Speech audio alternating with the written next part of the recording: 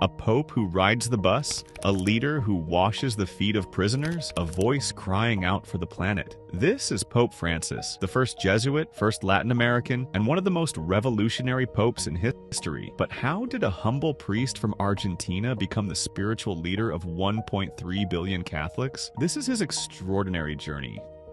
Born in 1936 to Italian immigrants in Buenos Aires, Jorge Mario Bergoglio grew up in a working-class family. After a life-threatening lung infection at 21, he abandoned his chemistry studies, feeling a call to serve God. He joined the Jesuits, known for their intellectual rigor and social justice mission. As a priest and later archbishop, he walked the slums, opposed dictatorship abuses, and lived simply. While critics questioned his political role, the poor called him the Bishop of the Streets. In 2013, after Pope Benedict XVI's shocking resignation, the world watched as an unlikely choice emerged. Cardinal Bergoglio, taking the name Francis after the saint of the poor. His first words, "Pray for me." Rejecting papal luxuries, he moved into a modest Vatican guest house, rode in a used car, and paid his own hotel bills. His humility electrified millions, but his reforms would shake the church. Francis pushed boundaries, denouncing global indifference to poverty, welcoming refugees, and even saying, "Who am I to judge?" about gay Catholics. His 2015 encyclical Laudato Si called climate change a moral crisis, angering conservatives but inspiring activists. He also faced fire, apologizing for church abuse cover-ups, ousting corrupt officials, and battling resistance from traditionalists. Yet through health struggles and global crises, his message never wavered. Mercy over judgment. Behind the scenes, Francis waged war on corruption, firing over 50 Vatican bank officials in his first year alone. He defrocked nearly 400 abusive priests, including powerful cardinals like Theodore McCarrick. When survivors demanded justice, he became the first pope to meet them privately, weeping as they shared their stories. "I beg forgiveness," he said. But critics noted he initially resisted reforming the secretive Vatican tribunal, handling abuse cases. His reforms moved mountains, yet some mountains refused to budge. As COVID-19 emptied Rome's streets, Pope Francis stood alone in the pouring rain, the first papal blessing without a crowd in centuries. "We are all in the same boat," he whispered, his voice echoing across the deserted square. Millions watched online, finding hope in his solitude. Even as his health faltered, he refused to stay silent on war. He sent aid to Ukraine, sheltered refugees, and even offered to personally broker peace with Putin, a plea Moscow ignored. Critics called him naive, but for those under bombs, his defiance mattered. Through pain, pandemic, and war, one truth remained.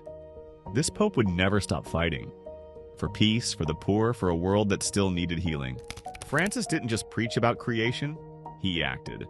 In 2019, he convened an unprecedented summit with Amazonian indigenous leaders, declaring, "This forest is our lungs." He reduced the Vatican's carbon footprint to zero and challenged world leaders. "We owe the poor a debt for destroying their land." While oil lobbyists scoffed, young activists found an unlikely ally. An 80-year-old pope who called pollution a sin against God.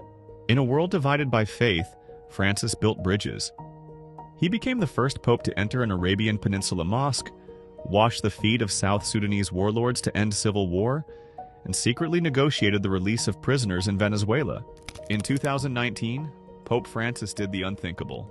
During his historic visit to the UAE, he reverently kissed a copy of the Quran, not as a political gesture, but as a profound act of brotherhood. Muslim leaders stood frozen, some openly weeping, as the successor of Peter honored their sacred text. "This is what dialogue looks like," whispered one imam, his voice breaking. Even as arthritis twisted his hands and surgeries left him wheelchair-bound, Francis refused every comfort. While recovering from colon surgery, he secretly visited pediatric cancer wards at 2 a.m. No press, no protocol, just a tired old man blessing frightened children. "The poor don't get sick days," he'd rasp, carrying his own battered suitcase to avoid troubling aides. Vatican doctors begged him to use a motorized chair. He refused. "How could I look suffering people in the eye if I don't share their pain?" Each labored step became testimony. True leadership isn't about power, but perseverance. Later, his revolution lives on, not in grand decrees, but in quiet acts of mercy. Young priests now kneel in subway stations to wash the feet of addicts. Nuns house refugees, quoting his words, "Welcome, protect, promote, integrate." Even atheists march for the planet, They're signs bearing lines from Laudato Si, proof that his message transcends faith. The Vatican still resists. The world still burns.